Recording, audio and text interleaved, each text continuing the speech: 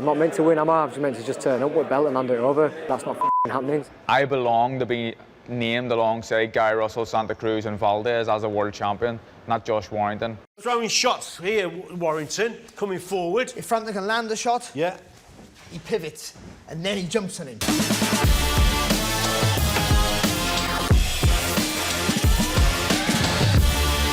Hello and welcome to No Filter Boxing. We're just days away from one of the most anticipated fights of the year, when IBF featherweight world champion Josh Warrington puts his title on the line against Carl Frampton. I'm joined this week by Richie Woodhall and by Barry Jones, who are going to break down the big fight and look at how it will be won and how it could be lost. Richie, 50-50 fight?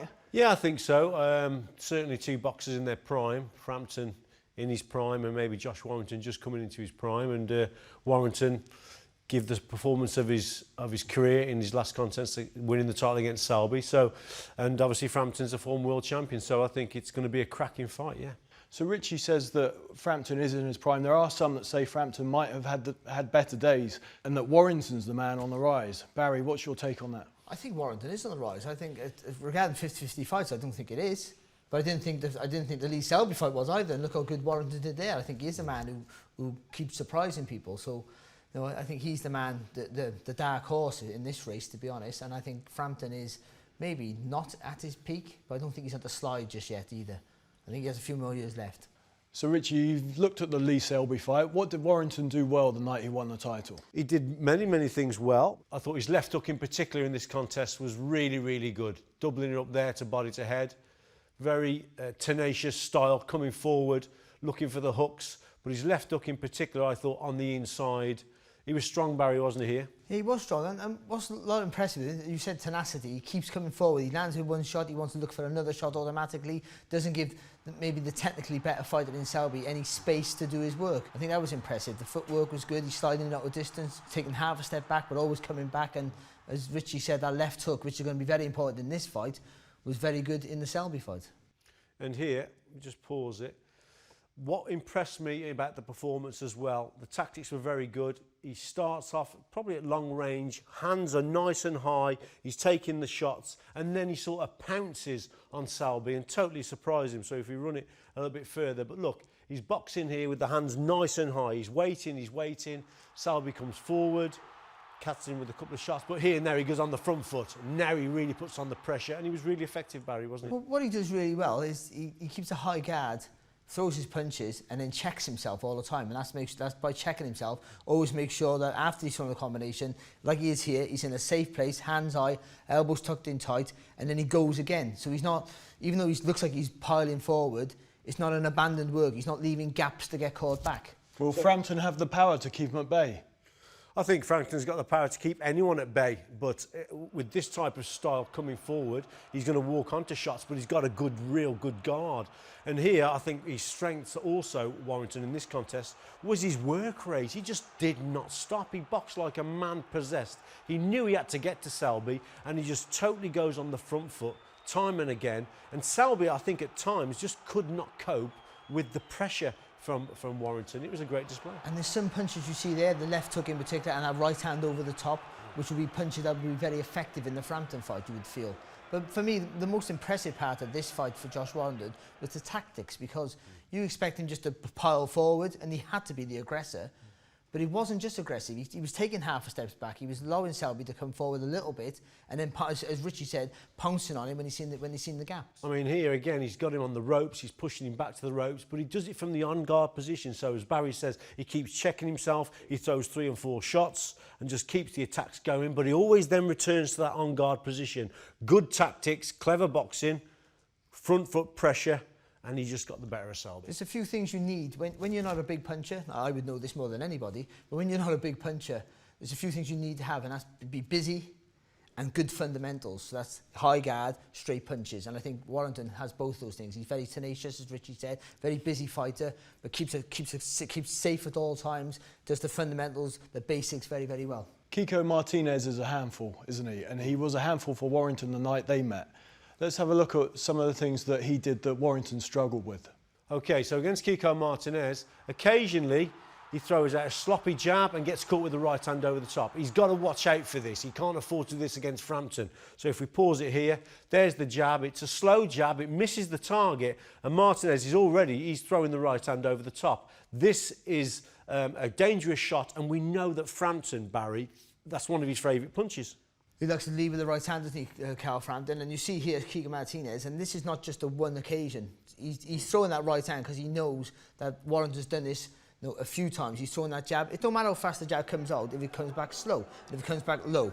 And that's what Josh was doing there. He was throwing the jab out, but he was coming back to the chest and coming back too slow. And Keegan Martinez was setting up that right hand. And once you have success like that and you get into a pattern, it's hard to break it. So you have to, again, do everything correct. And Carl Frampton being such a sharpshooter with that right hand, that will be something he'll be looking for. This is another part of the contest where I thought he was a bit negative. He's on the attack, then all of a sudden, he just retreats backwards and loses the ring space.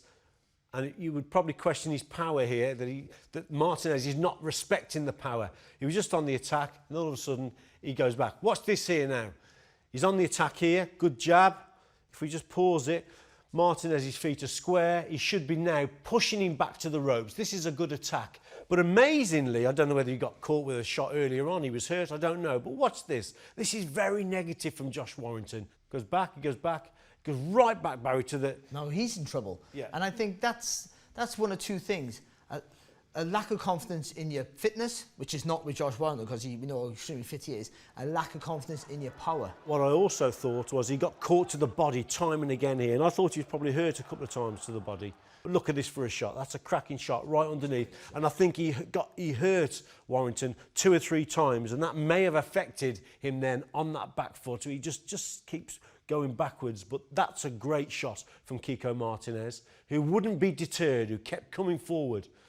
Time and again here. Watch this for a right hand to the body. There it is there. That is a belting shot. Warrington's a tough kid, but he may have to change his tactics against Carl Frampton, because here he just could not push this fella back, which was a little bit worrying, I thought. I think it's, again, you have to cut your cloth accordingly. So I think even though like that high guard is great, it's, he needs that. That's how he fights. But with a high guard, you lift your elbows up, and sometimes they flare a little bit wide, and that's where Martinez, he's being the shorter fighter, found the body quite comfortable to hit, and so will Carl Frampton. So you just need to sit a little bit lower. You've got to keep that high guard, you have to keep that, but you need to just compact your body a bit so those elbows come closer to your waistband. Can Warrington win on the back foot? I think it's a great point. If you look at the way Leo Santa Cruz beat Frampton, it was perfect tactics. He only went forward when he wanted to go forward. He stayed on the back foot, and Frampton really struggled to close that gap down. Is Josh Warrington as good as Leo Santa Cruz? That's the big question. Barry doesn't think so. I don't know. You know what? That may be the tactic. He may go on the back foot and try to draw Carl Frampton. Well, he surprised us the way he boxed Lee Selby, to be fair. He didn't box nowhere near that we thought he was going to box, and was massively effective. But I think it's not how he can box on the back foot or moving around the ring. It's how effective Frampton is when he goes forward. Frampton's better when he stalks you, so you have to take that away from him. So you have to try and push him back. Now, you don't have the power to do that, but it's about angles of attacks, and you have to just change that. So it'll be interesting to see what tactics Warrington employs on the night. He might be the champion, but he's going into the fight as the underdog. However, it's a role he thrives in, and he's looking forward to confounding the critics once more. Yeah, training's going really well. We're just under 6 weeks. I'm feeling good. You know, weight's fantastic. Sparring's just really stepping up now, and I'm loving it. I can't wait to fight. Honestly, I can't wait to get in there. My abs are back, so I'm looking ripped, and Mrs is happy about that. So, because for the last 3 years, I've had most I've had off is a week, and I've been back in. But after the world title, there was a massive build-up, and I feel like it needed a bit of a break, not just physically but mentally. You know, I give me a chance to spend time with my family, with my babies, and just enjoy being a world champion. And then I think it got to a stage in like early July of like, listen, I need to get back in gym, and I've been back in since, working, learning, and trying to improve. I'm a world champion. Why do you want to not fight the best? You want to prove you're the best. And as a kid, I always used to watch the big fights on TV and think that I want to be part of them, and now it's my chance to do so. So that's what I'm doing, living the dream really. I'm still being real off on by the media and the boxing experts, not giving me a chance again. So I feel like I'm under pressure. I'm not meant to win, am I? I'm just meant to just turn up with a belt and hand it over, and that's not happening. So and after, if he wants to go for a pint, after they've chinned him, I'll get first round in. The competitiveness inside me won't let me just slack off. And the fact of like everyone's still writing me off. I'm going into a fight as a world champion. I'm still getting written off like I'm just a muppet just turning up. All them big title fights and unification fights are more accessible to happening now. I'm not talking daft. It's like Oscar Valdez has come out and said that he wants a winner with me and Carl. So things like that are accessible, and never satisfied with myself. Even the Selby fight, I thought there was a load of things I could have done better. I could have threw a few more body shots and uppercuts. Would have worked on them all through camp, but I didn't throw them. I didn't need to. Bye. Right, football day, let's go. I don't see any fighter any less than anybody else. Every fight's a world title. Well, it is actually, isn't it, at this point, but every opponent's dangerous out there. But I'll tell you this much, they don't say nothing yet. And I mean that, genuinely. They all think, yeah, well, he was all right against Selby. Yeah, he was all right against one before and all that. Wait while I see what he's going to do against Carl Frampton. We're here again. Oh, Johnny. Oh, I'm having floaters.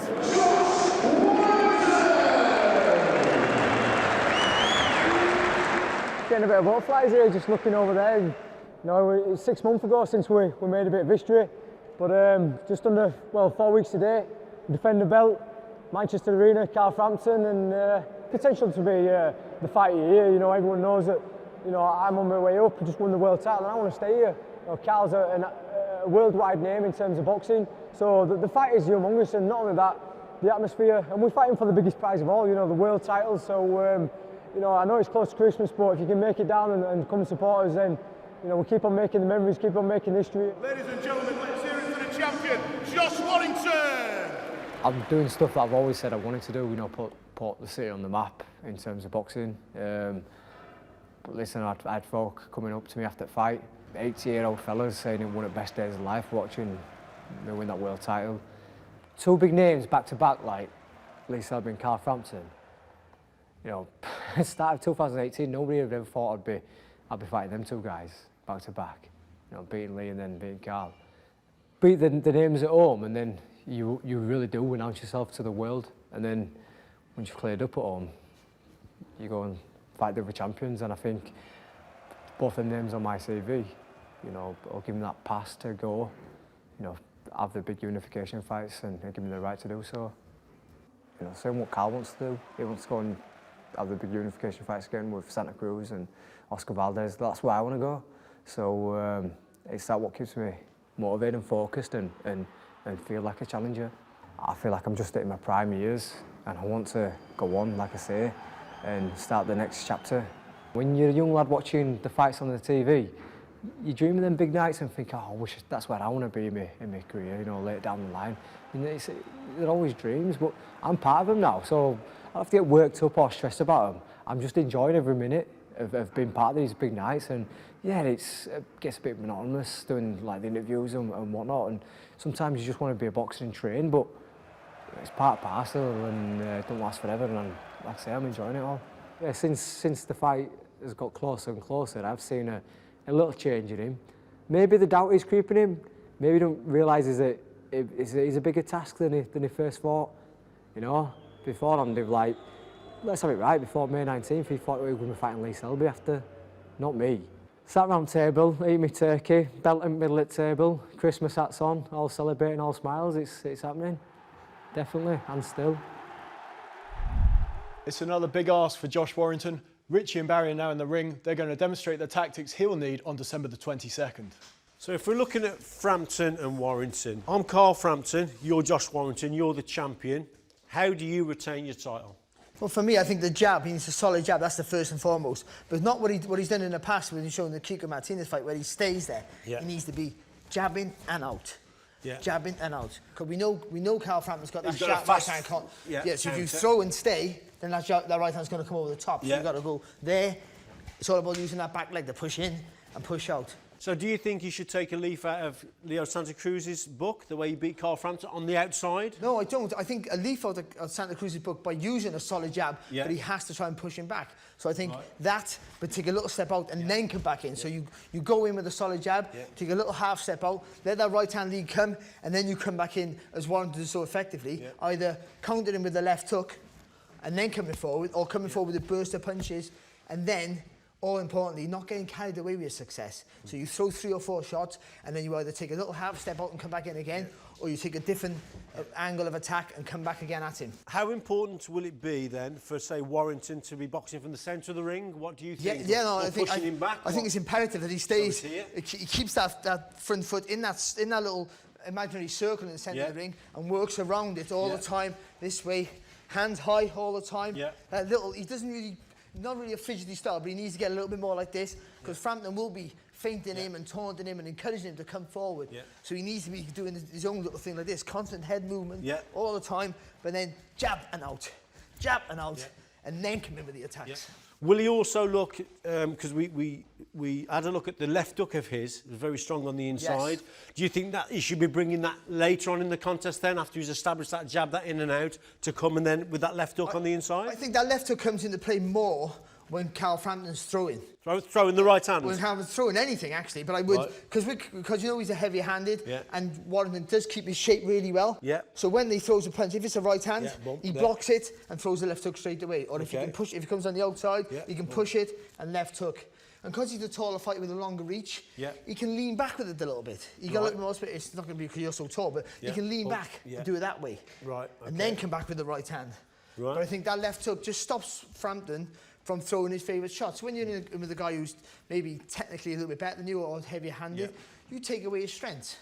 So Carl Frampton is a good he's an aggressive counter puncher. He's very fast with that right hand. He's aggressive puncher. You take that away, so you can hit and block with the same hand. It takes that right hand away. Frampton's got to readjust and think about it. While he's thinking, boom, boom, boom, boom, boom, boom, boom. And Barry, what about Warrington getting Frampton, say, back onto the ropes? We've seen on a couple of occasions that Frampton came square a little bit, knows what he's doing, but taking too many shots on the ropes. I think he can, Carl. I think when Warrington unloads with those straight punches, which he does quite well, I think Frampton will go back because he feels comfortable on the ropes. And then, like you said, he squares those feet up. Now, he pivots out the front foot quite well. So what you need to do for Warrington is take a little step to the right here. So we got that right hand over the top. Carl can't escape here. He can only escape this way. Now, as we've seen in the past with Carl Frampton fights, when he moves to the right, the hands are low. You've seen with Santa Cruz, when he moves to the right, the hands are low, and he jump in with the left hook. And I think that will work for Warrington. So when he gets him on the ropes and he squares him up, he works away, takes a little step here, encourages. That's the only way out for Frampton. But you've got to stay square to move out that way before he gets here, and that's when you jump in with the left hook and a right hand. Brilliant. Just that's how we see it. So Richie, Frampton's dangerous with the right hand, he's dangerous with the left hook. So that means Warrington can't go left, he can't go right, and we know he shouldn't go back in a straight line. So what does he do with his feet? Well, we spoke about before about holding the centre of the ring. That may be very, very important to gain the centre of the ring. Against Martinez, if you remember, Warrington kept going back. He was very negative. Whereas with Frampton held the centre of the ring. Holding the centre of the ring in this contest could be pivotal in actually who wins the fight. Barry, does he have the strength, the physical strength and the punch power to hold the centre of the ring? I think Warrington's stronger than what... I don't think he punches. I think he punches harder than what people think. Enough to keep you away, but not enough to really cause serious damage. I think he's stronger than what he looks, to be fair. But I think, when you're these guys who hits harder or stronger, it's angles of attacks. So you don't have to run. You take a one step back, one step to the left, one step back, one step to the right. So either way, you're going back, but you're always staying in that circle in the middle of the ring. It's getting more and more exciting. Join us after the break, where we'll look at Carl Frampton. The two-weight world champion believes he's a class above Josh Warrington, and we'll analyse his chances next.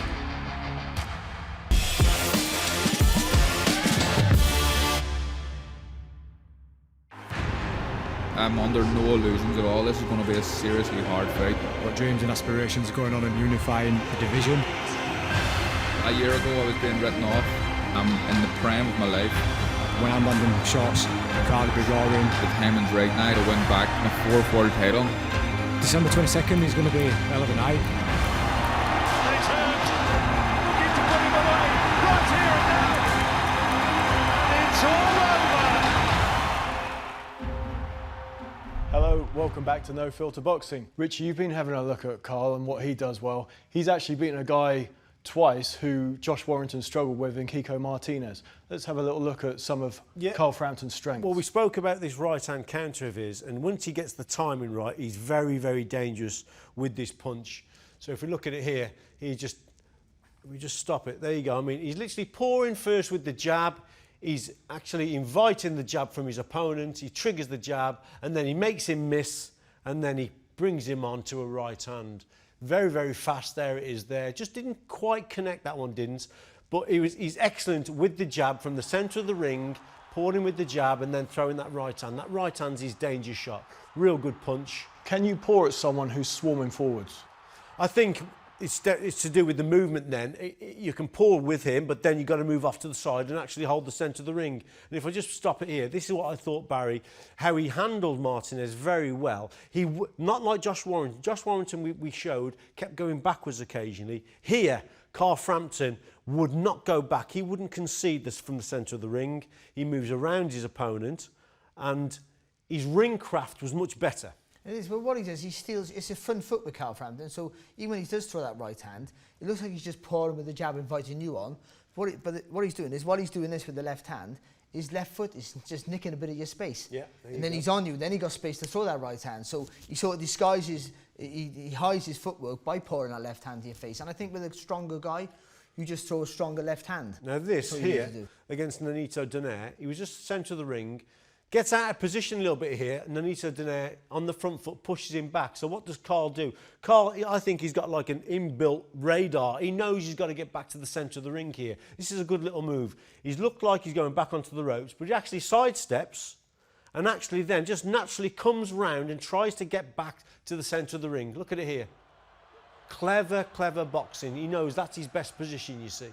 Also, I noticed he's got a couple of little tricks up his sleeve. Watch him here. He'll jab to the body. 1.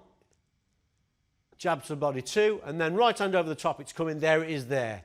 So good little tricks. And also, he's got a very good feint. Watch him here, Barry, with a feint. Feints the jab.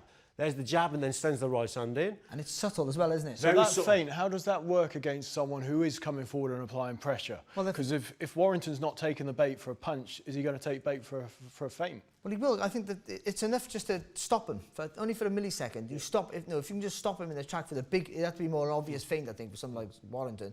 If you massive feint, you stop him, then you throw before. Yeah. If they stop, you can throw then, because you've just stopped their momentum just for a second. That's all he needs. But also, Tris, we're just looking at his power. He's got power in either hand. If we look at this situation here, he's bringing his opponent here, Martinez, onto that right hand. He actually misses with the right uppercut, left hook, but he just adjusts his feet slightly. Watch him here. He'll just adjust his feet backwards and then brings him onto the right hand. Really good, powerful shot. If you look at it, look at the turn from the core, from the waist. So he's missing with the 3 punches. That's fine, because it's a set routine. So he's not loading up on anything, it's just body mechanics, it's smooth movements. And then that right hand then, he just twists it from the waist, he gets all the power into it. But also, not only the right hand, he's got power in his left hook as well. What's this for a left hook to the body against Luke Jackson? Tough Australian kid, but this was a sickening shot, it really was. Boom, there it was there, and Jackson just could not take that shot. You think this fight could be won or lost to the body? Well, definitely. Listen, I don't think... If he's hitting anyone with those type of shots, you know, this kid was a tough kid, but any left hooks like that to the shot, they're going to really, really hurt Josh Warrington. So Warrington has got to, like Barry said, he's got to just tuck up and just take them left hooks onto the elbows. The critics say he might be in decline, so let's have a look at his vulnerabilities and what he's not doing so well or what he hasn't done so well. OK, so his vulnerabilities, if we have a look here, occasionally he'll stand on the ropes. This is against Horatio Garcia. Why he did this, I just don't know. But here, look, we just stop it here. Look how square he is here, Barry. Well, the problem is when you square your feet, there's only one way you can go, and that's to his right for him, really, because he's an orthodox fighter. He needs that left foot in front to spin off to the left. So he will go to the right. When you go to the right, you just, you're squared on, you're moving this way, sliding against the ropes. You are a target to the left hook, and we've seen that in the Santa Cruz fight where he got caught with a big long left hook, and I think will be something that Warrington will be looking to do, get him onto the ropes where he squares up and then working around the body. But didn't just do it the one time. He does it several times in this contest. Again, against Horatio Garcia. This is another part where he just gets back onto the ropes, his feet come square, he knows what he's doing and he's looking through the guard, but he's still taking shots that he shouldn't. Fights his way out here, but again, we'll see the next clip, goes back to the ropes. What's this for a couple of big shots that go in from him, from Garcia? Catching Carl there, goes onto the ropes here, backs him onto the ropes, right hand, left hook, doesn't need to be taken then, Barry. So is that a lack of discipline, Barry? Well, I think it's a thing that he's done for a long time in his periods, but he goes in his career when he goes back to the ropes and he's trying to set you up for attacks. And it's worked for him in the past, but when you step up in levels, and if you've got a guy like Warren who's massively tenacious, I think his output will outdo that for Frampton. With Carl as well, he's got to stay concentrated. Occasionally, he does some silly things, sloppy things. What's this for a jab to the body, a very slow jab to the body? There. Now he's open. It's a poor jab, it's a slow jab, and he just gets caught with a shot here. There it was. It was a clipping shot. But again, this is late on in the contest. This is round 11, and he just lapses in concentration occasionally. Just getting caught with shots. There's that left hook there. Goes back onto the ropes. Just gets caught towards the end of the contest. Maybe a lapse in concentration. It's round 11. So he is vulnerable here and there, but for me, that was later on in the contest. But to be honest, I think when Frampton's looked anything but the fantastic fight he is, it has been later on in fights. I do think the way he fights with that wide stance and everything sharp, it does drain the energy a bit. So I think he struggles a little bit down the stretch. And someone like Warrington, if he can keep a high energy pace, then that would bode well for Warrington, not so much for Frampton. But Frampton, if he stays off the ropes in a fight that could be possibly close, it's the impression it gives on the ropes. Even if you're comfortable, it looks like for everyone outside and the judges that you're under pressure when maybe you're not. And I think pace-wise, I think Warrington has got to set a high tempo and a high pace and make Frampton box at his pace. Warrington, for me, one of his strengths is that relentless pressure, high work rate, fast tempo, and that's what he's got to do here. He's got to force Frampton into fighting. So work rate could be key. Thanks, guys. Carl Frampton might be coming to the latter stages of his career, but he believes the best is still to come. He has a style that I think he'll fight, but it may change. He may go backwards, he may go forward. I don't know what he's going to do on the night, so I'll need to be ready for a few different things. But his personality or anything, it's not going to affect my performance. If I was fighting someone I hated, it's not going to make a difference. So, I've got a lot of respect for Josh, but I've been a Bill Tupper, for a long time now. And of course, you use everything you can to your advantage, and I think that's something that I can use to my advantage in this fight. And I've been in this arena and been involved in a big fight in this arena before, so all these things I feel will potentially work a little bit in my favour. Look, it's going to be a good atmosphere. He brings a big fan base, a big support, and they're noisy as well. And I bring big, noisy fan base as well. So I think it's going to be a quality atmosphere. I'm at a stage where from here on in, it's only big fights, and that's what I want. Josh Warrington, kick it off with a big fight against him, and I'll be looking to unify straight away. I think it's good for the atmosphere, to build the atmosphere in the crowd before the fight. You pick the right song, it's pretty important. Well, I did come out to the boss a couple of times at the start of my career, like James Brown, and quickly that was being used by boxers elsewhere. I wanted to kind of make that as my own. Tyson Fury, did he nick your entrance from Windsor Park? Everyone just steals everything I do, don't they? So, nah, the big man could have it. If there's anyone going to take it on me, I'll let him have it, no problem. I want to fight in the States. I love fighting in the States. I've done it 3 times as a professional. I love the attention that the media give you over there, and especially places like Vegas. It was surreal for me, and I loved it. So I want to get back there as well. And I've been around it with Rocky, and I want to do it myself again. I was a unified super bantamweight champion. I stepped up and beat Leo Santa Cruz. He was pound for pound at the time. And then the next fight, he beat me. So I should be fighting for a world title, maybe the next fight again or one after that. But it's taken me a long time. I've went round the houses to get myself in position. So I've done it the hard way, and I'm not going to allow anyone to take it off me now. This fight against Warrington, I don't think it's going to be an easy fight. I just believe I'm a better fighter. It's such a huge fight, though, in terms of, you know, Carl's career, the stage he's at, the questions. Can he sort of win another world title and regain that sort of form? So it's exciting. It's exciting times, and I know he's in the form of his career. He's really he's going to have to be, because Josh Warrington's a very good fighter and he's coming to his own. So Carl's going to have to be on top of his game. I'm going to prove it. I really am. Lee Selby was a malnourished fighter, not even someone struggling at the weight, severely malnourished. That's how I would describe Lee Selby on the scales. And Josh Warrington couldn't get rid of him. So he's taking confidence from getting a win against Selby. I'm looking at the fight against Selby and thinking, why did you not get rid of him? You know, he's coming back as a lightweight. He's not even going to super featherweight. He's skipping 2 divisions. So I'm going to show the world why I'm a better fighter than Josh Warrington. I feel that Carl Frampton will win it clearly if it goes to points, but I don't think it will be easy. I don't think it can be easy, because style-wise, it's always going to be physically hard, because he's going to be fought at a high tempo and a high pace. My personal opinion is Carl Frampton's a better fighter all around. Josh Warrington's got a very good work rate, and that is one thing, that sort of one obstacle we've got to overcome. But we've got a few tricks up our sleeve. I belong to be named alongside Guy Russell, Santa Cruz and Valdez as a world champion, not Josh Warrington. And I do a business. You know, I've been flying in the gym. I've been sparring well. My weight's good. I've just been on it this time, and I want it more than ever. Is it more a home fight than for me? I don't know. Obviously, there's a bit of a rivalry between Leeds and Manchester. I'm expecting it to be a hostile atmosphere. I'm expecting him to bring a lot of fans and make a lot of noise. They haven't seen Josh Warrington in a fight where he's getting beat up and outboxed, and that's when he'll start to go quiet. To win back a world title, I haven't been as up for a fight in a long time, especially when people are writing me off and people are saying things like, I'm done and I'm over the hill. I just want to prove them wrong.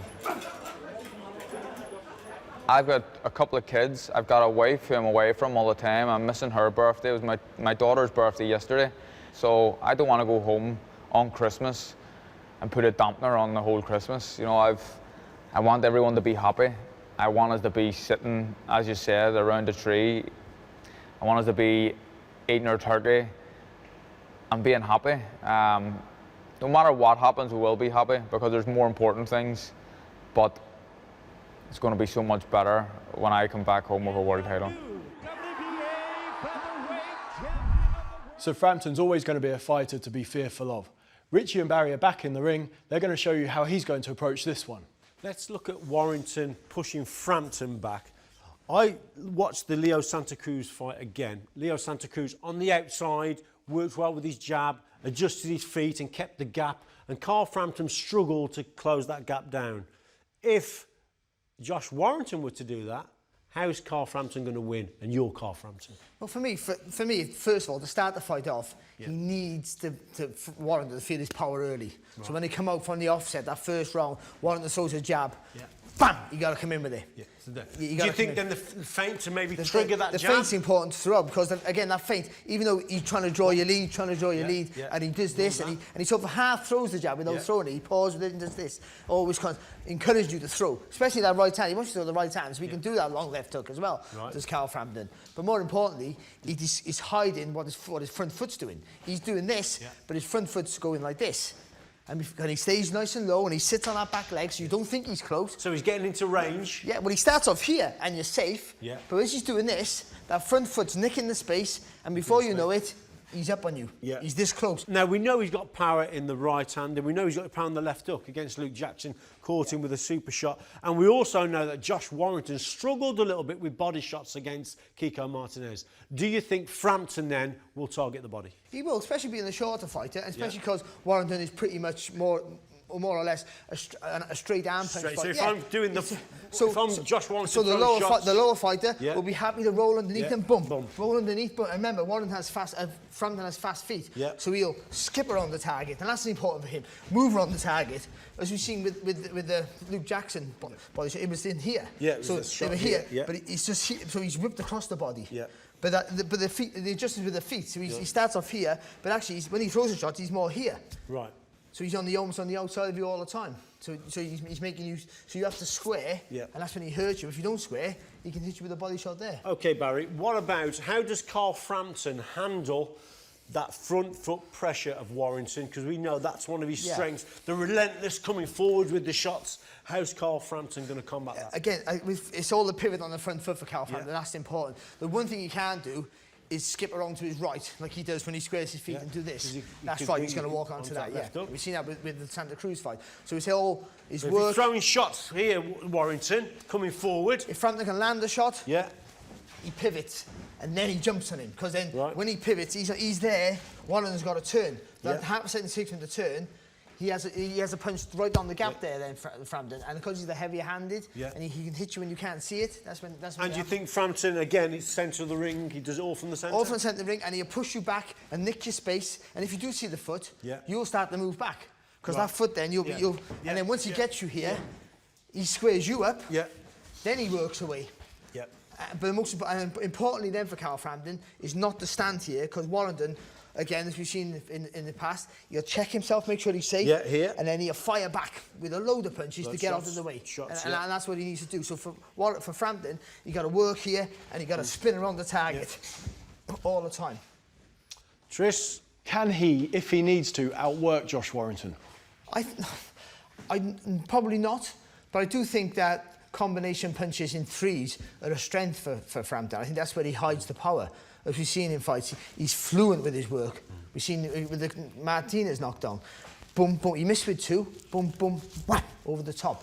I also think, though, Tris, the quality shots will probably come from Frampton. The eye-catching stuff will come from him. But you cannot ignore Warrington's work rate and the volume of punches. He's relentless. He just keeps coming. And he'll have even more confidence. When you win the world title, you have even more confidence. So he'll be so confident going into this one.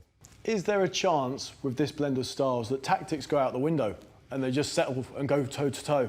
I think the character of both of them, if either one's behind or feels like they're really behind, they will bite down on the gum shield and go for it. I think that's why it can't fail to be at some point an exciting fight, if not from the beginning. It certainly will be, because if Warrington feels he's losing, we've seen him time and time again. He's willing to bite down the gum shield. He's willing to let his hands go. And Frampton with Santa Cruz, he's taking some good shots. He fires back. They will fight.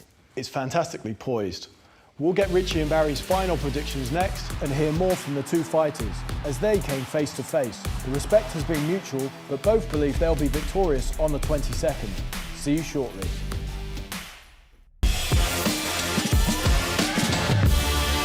Welcome back to No Filter Boxing. Warrington v Frampton is a domestic dust-up that has got people animated, but both men have kept their cool in the build-up, as we found out when they came face to face. Well, let's start with Josh, IBF champion. You're coming into this one. I know you have massive respect for this fella, or you do at the moment. Yep. How do you see this as a fight? Well, first of all, it's a fight I believe I can win. As I've said many times in interviews, I've got a lot of respect for Carl. I've enjoyed watching him. I would go as far as to say fan at times watching.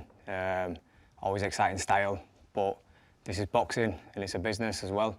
And I worked hard, many hard years to get that title. Against all odds, picked it up, and I don't intend to lose it. You know, I believe that this, not just that fight with Lee Selby, but this year is my year. And a few years ago, I remember Carl saying it was the year of the Jackal. This time it's the year of the Leeds Warrior, and I'm very confident going into this fight. And you know, I know Carl is as well, but no, I think it's my time. And what about you, Carl, as you come into this as the challenger? Yeah. No, it's a fight that has me excited. I think that Josh is a good fighter. I've said that, and again, I have a lot of respect for him. But I believe that I'm a better fighter. I believe I'm going to prove it on the night. It's going to be a difficult fight. I know I like his style. It's an exciting style. He comes forward. He tries to put pressure on. I like that style too for myself. I like come forward fighters.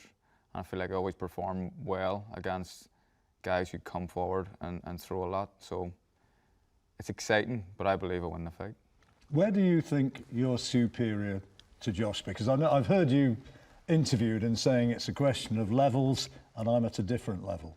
I think that Josh, without sounding disrespectful, like I feel like I've fought at a higher level so far, but that's not his fault. He fights who's put in front of him. I've been fighting guys like Santa Cruz, even Quigg, and Kiko Martinez when he was world champion at the time. They were high level fights.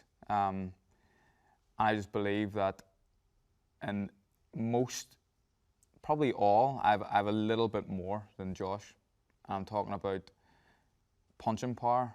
I'm talking about boxing IQ. Like I'm talking about my distance control. I think they're all things that I'm better at. Anything rile you up there? Boxing IQ, not as good as his. Yeah, I'm a boxing top. No, I don't. Listen, he's going to be entitled to his opinion. He's going to think that.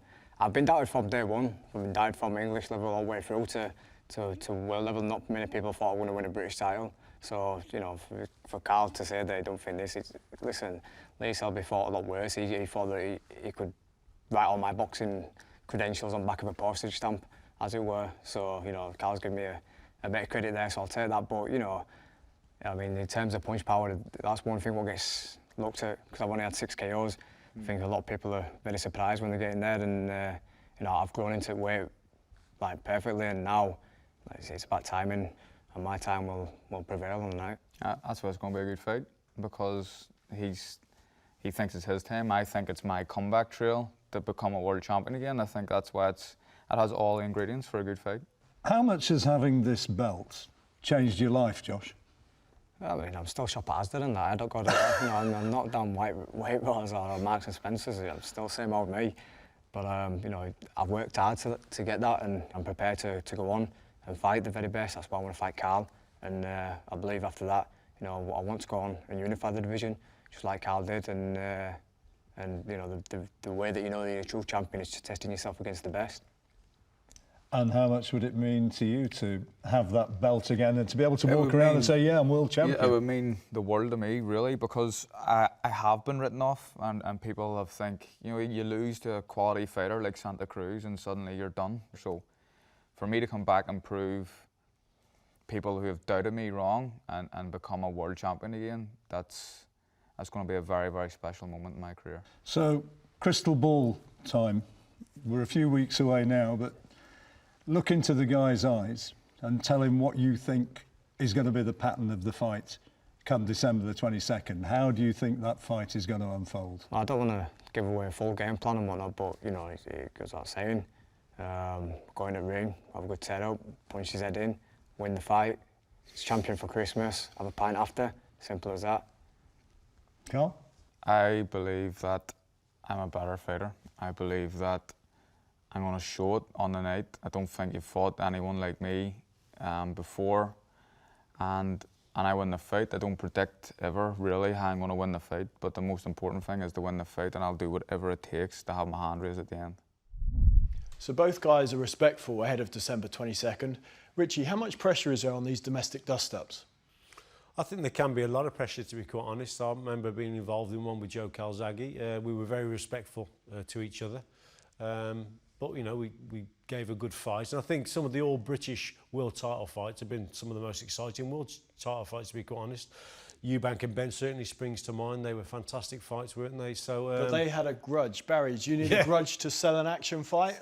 It always helps, but I think sometimes a fight can just sell itself, and I think this fight does. I think in this day and age, when the need to oversell, grudges are engineered rather than genuine. And I think there's no grudge here.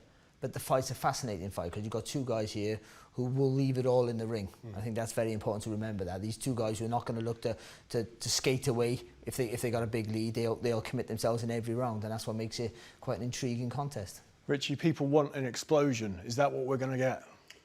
I think we're going to get an exciting fight. I think you have a hungry champion in Josh Warrington, and I really think he'll set the pace. I think he'll really go at it. against Carl Frampton, which may suit Carl Frampton. I've always think that Carl Frampton suits people coming towards him because then he can bring them onto that right hand. He's got a terrific right hand counter and it could play a massive part in this contest. But I see Josh Warrington, for me, he can only fight this one way, as in going forward in this contest. He's the one that's got to be the boss. He's the world champion. It's going to be exciting. Who are you leaning towards? Is it Frampton based on his experience? I think if I have to go either way, I would go Frampton on points. I don't think it'll be a stoppage. He's probably got more experience than Josh Warrington, but I think it'll be close. Barry, style-wise, exciting fight for you?